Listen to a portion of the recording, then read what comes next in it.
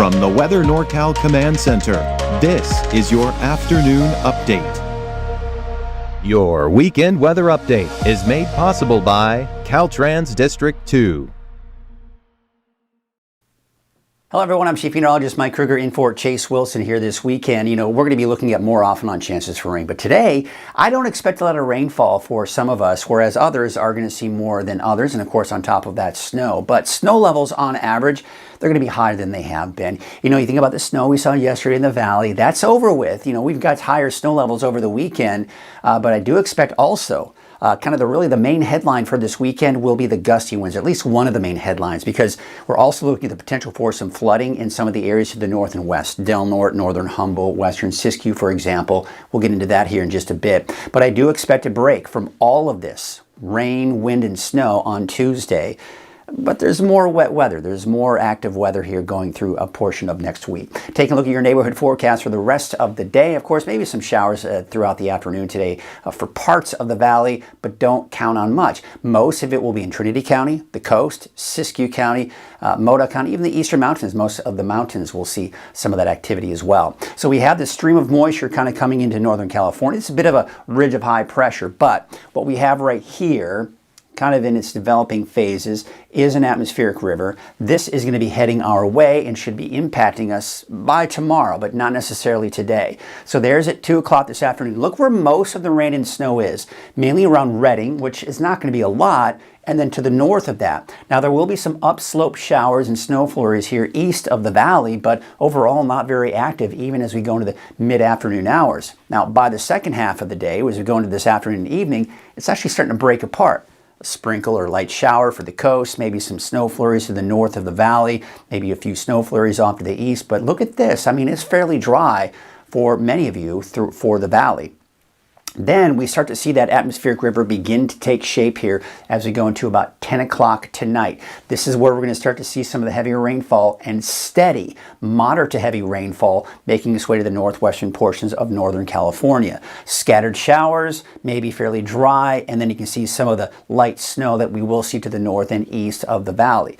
Now, you see what's happening is we've got that flow coming in from southwest to northeast. So you kind of just see these upslope winds, they go up the mountains, and we see the snow flurries develop as a result. So I think Mount Shasta City could see some of that with snow levels between 3,500 4,500 feet. So you're going to be a little bit borderline. Now again, this is going to be an atmospheric river. It's got warmer, moist air associated with it, so snow levels will be a bit higher as a result. It will start to mix out some of the colder air that has been in place. But notice, even at 8 o'clock tomorrow morning, we're just not seeing much activity here for the valley. But, you know, some stray showers to the west. We may see a stray sprinkle or light shower even for Sunday morning.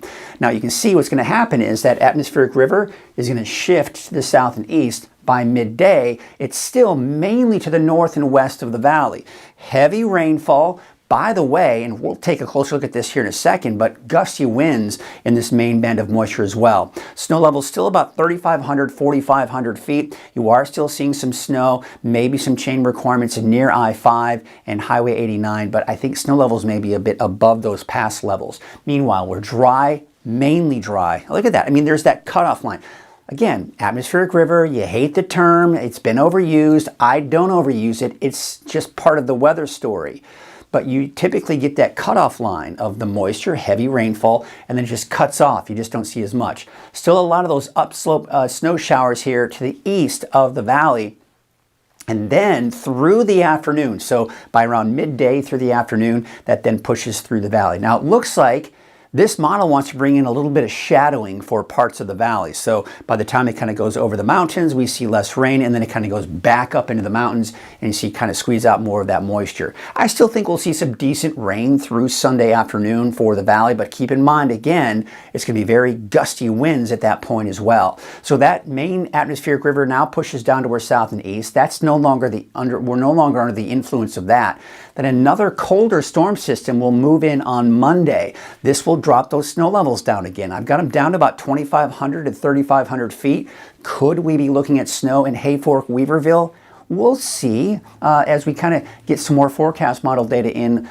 There's a potential for maybe some light accumulating snow around Hayfork and Weaverville. We'll be on the lookout for that. But there you can see, of course, more of it up to the north But still, even Monday morning, not much going on in the valley. And really, even though that system will be kind of passing through, we're still not looking at a lot of shower activity for the valley, but still that chance nonetheless.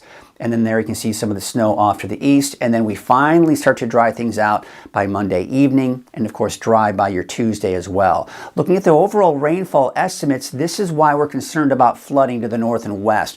We've already seen close to 4 inches of rain out towards Crescent City, Klamath, for example. You add another 3 to 4 inches of rain on top of that, we've already got a very saturated ground. So in these areas where we've already seen a lot of rainfall, with the rainfall that we do expect, especially through the day on Sunday, we're going to be looking at the potential for some areas of flooding in low-lying areas. Creeks and streams may start to swell up and maybe even overflow. We've also got the potential for mudslides and debris flows that we'll have to be on the lookout. But if you look out towards the valley, there's that shadowing I was telling you about.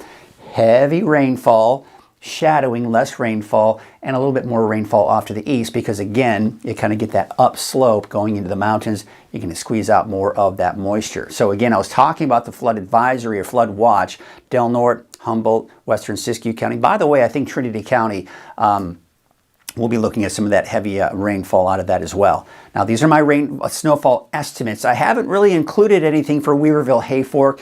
You may see maybe a trace or an inch or so of snow here, especially as we do go into Monday. But I think most of it will be off to the north and to the east here. Not a ton of snow, right? But, you know, we could pick up another 3 to 6 inches of snow out towards Mount Shasta City. And, of course, the ski park, much more than that. Taking a look at the forecast road conditions, I think the conditions should improve today, but with more snow expected to the north and even to the east, there may be some chain requirements. Here's the bottom line for this weekend and even for today. You know, you take a look at Highway 299 West, it looks to be okay even for tomorrow morning. Highway 36 West, not so much. I think you'll see chain requirements there. There may be some chain requirements by tomorrow, late tonight, tomorrow morning for places like I-5 near Mount Shasta, even Highway 89, and of course some chain requirements to the east.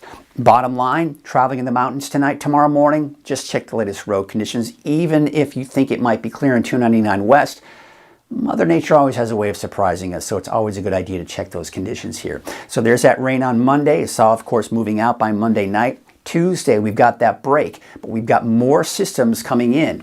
This is going to be coming in Wednesday night into Thursday, another kind of reinforcing shot behind that. And then you can see this right here coming in for Thursday night and into Friday, right? There's Friday. And then another one. Look at this one. See how quickly? I mean, in a matter of 24 hours, it goes from here all the way over here. Now, there's a reason for that, and we'll just explain that. You see this right here? You see how we're not really seeing a big ridge or even a big trough of low pressure? You've got a very flat jet stream.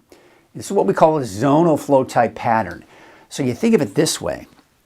You've got like a river or a stream, right?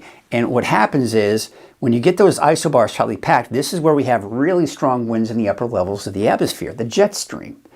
This is flowing very fast. So any storm, any disturbance that's embedded within there is going to move through very quickly. So that's why when it's over here and 24 hours later it's over here, that doesn't typically happen. It takes a little bit longer than that. But again, because it's just a direct line, a direct flow from west to east, that's going to be moving in here pretty quickly. All right, that was fun. Let's get into the winds now. This is not so fun. This is actually pretty serious. There are a lot of wind advisories, watches, and warnings. We could go into that, but rather than doing that, let's just get you right to it and take a look at the winds. So as we go into this afternoon, this evening, the winds are beginning to pick up here for the coast. This is where the winds will be strongest. They'll also be fairly strong in Siskiyou, Modoc County, eastern mountains. You'll notice the winds picking up this afternoon in the valley. It just won't be that bad just yet. Okay, now we're going to take you into midnight tonight. This is when I expect some of the strongest winds for the coast, especially out towards Crescent City. I think you could exceed 50, getting close to even 60 miles per hour. I think there's a very good potential that as we start going into tonight and tomorrow morning, we may start hearing about more and more power outages across the region, all of Northern California, the valley, the mountains, the coast, everywhere, right? And because you see here, now remember, when you see these reds here, that's about 50 miles per hour and higher. The deeper the red, of course, the stronger the wind. So you can see midnight tonight, the winds are really picking up. 6 a.m., still very strong winds along the coast. Siskiyou County. The winds are now really picking up here for parts of the valley, 20 and even over 30 miles per hour. Look at here, this sharp cutoff. This is a signature also of that atmospheric river. This is keep in mind, this is when that atmospheric river is kind of pushing on through. It's moving down to the south. Now you see some very strong winds still, even around midday on Sunday, 30, even 40 miles per hour. 30 to even 40 miles per hour for the valley, and could see some gusts up close to 50. Again, you're seeing some reds in there, and that's indicating. So really, you look across the board, you've got gusty winds for almost all of Northern California. Now look what's happening as we go into 5 p.m. That storm system's shifting to the south and east. Winds are still very strong to the north and west. I mean, they're still 20 to even over 30 miles per hour. They're just showing signs of getting weaker.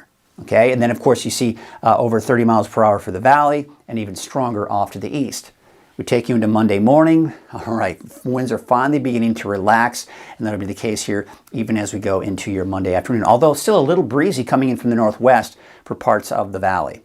So here's your Saturday forecast. You can see, of course, today temperatures in the low to mid 50s, even some upper 50s for some of the warmer spots. Now, keep in mind, I don't think we're going to see a lot of rainfall here for today. Most of it is going to be to the north and to the west here. 40 degrees for Aden, 40 degrees for Weed. And out towards the coast here, looking at those temperatures in the low to mid 50s. And for tonight, we're looking at those temperatures in the mid to upper 40s. We've got 20s and 30s off to the east here. And of course, off towards the coast, temperatures in the mid 40s. All right, let's go and take a look at our 7-day forecast. And we're going to start off with the valley here. Now, there may be some showers this afternoon, even for parts of Red Bluff as well. But overall, for all intents and purposes, it's going to be mainly dry. The better chances for any kind of showers will be around Redding. We're not dry. We're seeing showers on Sunday. Monday is a little questionable. We'll have to kind of see what happens there. For now, I'm going to keep it a little wet, but I may be changing that here for your evening forecast and even as we go into tomorrow. But drier conditions for your Tuesday. And then I think the next round of rain after Tuesday will be Wednesday night into Thursday, with more showers coming into Friday and most likely even into that next Saturday. For the coast, of course, you're wet through the day today, very wet for your Sunday. Still some showers possibly on Monday. There's that break on Tuesday. More often on showers for Wednesday, Thursday, and Friday. For Siskiyou, Modoc County in the eastern mountains, notice the snow levels are a bit higher. I'd say about 3,000 to 4,000 feet. We're dry by Tuesday, and then of course by Wednesday, Thursday, Friday, we've got our next chance for showers. That is your afternoon update. I'll be back again this evening, next 6 o'clock. Have a great afternoon. Caltrans is doing the best that they can with the amount of people and the amount of equipment they have, and they're out there trying to keep the roads safe and trying to keep everybody running, because if the roads shut down, truck drivers that are paid by the miles aren't making any money. So we want everybody to put chains on for the safety of themselves and the safety of the public. It's not worth it to drive without chains.